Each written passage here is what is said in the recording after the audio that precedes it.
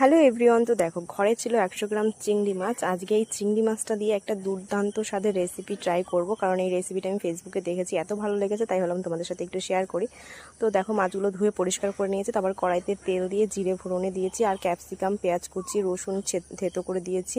দিয়ে এবার একটু এটাকে ভালো করে একটু ভাজা ভাজা করে নিয়েছি, যতক্ষণ রসুনের কাঁচা গন্ধটা না যাচ্ছে। তারপর একটু আলু দিয়ে নিলাম, একটা মিডিয়াম সাইজের আলু কেটে নিয়েছি একটু পাতলা পাতলা করে। তারপরে দিয়েছি একটু গোলমরিচের গুঁড়ো, আমি যেহেতু ঝালটা একটু বেশি খাই তার জন্য একটু গোলমরিচের গুঁড়োটা বেশি দিয়েছি, তোমরা পরিমাণে একটু কমও দিতে পারো।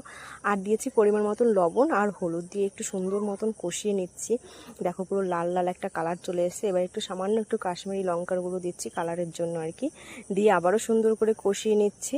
একটু কালারটা একটু মানে লাল লাল হয়ে গেলে দিয়ে দেবো চিংড়ি মাছ। কাঁচা চিংড়ি মাছটা দিয়ে দিচ্ছি, চিংড়ি মাছটা কাঁচা দিলে কিন্তু টেস্টটা ভালো আসবে। তারপরে সব মশলার সাথে আমি চিংড়ি মাছটাকে সুন্দর করে কষিয়ে নিচ্ছি। একটা দুটো কাঁচা লঙ্কা চিরেও দিয়েছিলাম। এবার দিয়েছি পরিমাণ মতন জল, আর নামানোর আগে দেখো দিয়ে দিয়েছি গরম মশলা। আলুটা পুরোপুরি কিন্তু সিদ্ধ হয়ে গেছে, দেখতে পাচ্ছ। আর এটা খেতে যে কি দারুণ টেস্ট হয়েছিল, তোমরা কিন্তু একবার অবশ্যই বাড়িতে বানিয়ে খেয়ে দেখতে পারো। এটা দেখতেও যেমন টেম্পটিং লাগছে, আর খেতেও কিন্তু দুর্দান্ত স্বাদের হয়েছিল। তো আজকের মতন টাটা।